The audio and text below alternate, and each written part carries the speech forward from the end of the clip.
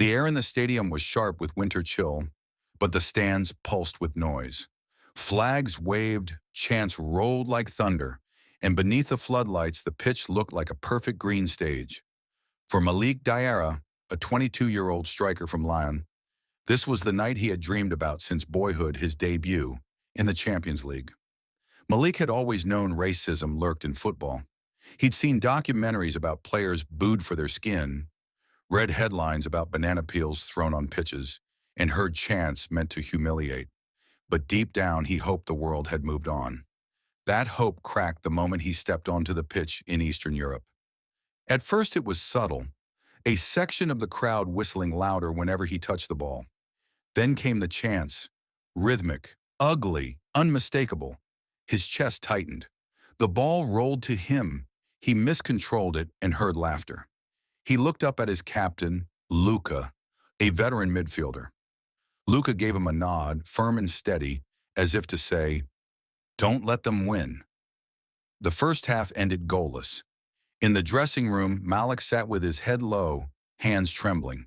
The coach spoke tactics, but Malik barely heard. Finally, he whispered, "Gaffer, I don't think I can go back out there." The room fell silent. Luka stood. "Yes, you can," he said. His voice was calm, but there was fire in his eyes. "Not just for you, for every kid watching who looks like you. If you walk away, the racists win. If you play, we win." The second half began. The chants grew louder, but something shifted. His teammates rallied. When Malik touched the ball, Luka ran close for a pass. When a defender fouled him, 3 teammates rushed to confront the referee. The unity wrapped around him like armor. Then it happened. In the 72nd minute, Luka intercepted a pass and launched the ball forward. Malik sprinted past his marker, controlled it with one touch, and fired into the bottom corner. Goal. Silence, then roars from the away supporters. Malik slid on his knees, arms stretched wide. Luka ran to him, and soon the whole team surrounded him. But Malik didn't forget the chants. He pointed to his skin, then to the badge on his chest, and raised his fist high in the air. Cameras flashed. The message was clear: "I belong here." After the match, the press was ablaze. Some headlines praised his brilliant debut goal. Others condemned the crowd. Asked how he felt, Malik could have spoken with bitterness. Instead, he said, "Football is for everyone. What happened hurt, but it reminded me why I play. Every time I score, I prove them wrong. And I know I'm not alone. My teammates, my coaches, and fans who believe in equality stand with me." UEFA launched an investigation. The home club faced fines and the threat of games behind closed doors. The supporters group issued an apology, though many doubted its sincerity. Yet the strongest response came from players and fans across Europe. Stars from Spain, Italy, Germany, and England posted Malik's photo, fist raised with the hashtag #OneGameOneWorld. A week later, when Malik walked onto his home pitch, the atmosphere was different. Tens of thousands of fans held up cards that formed a giant banner.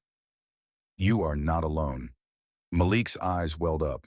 He had not wanted to become a symbol, but he realized symbols mattered. In the months that followed, Malik continued to grow. He scored goals, assisted teammates, and became a rising star. But he also spoke at schools, joined anti-racism campaigns, and lent his voice to those without his platform.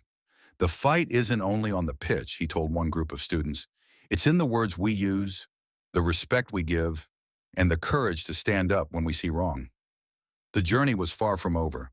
There were more incidents in smaller grounds, on social media, even sometimes in the streets. But Malik had changed. No longer just a young man trying to survive the noise. He had become a leader. Each time he walked to the center circle, he carried not just his own dreams, but the hopes of countless others. On a rainy night in London, during a quarterfinal against one of Europe's giants, Malik lined up with his teammates.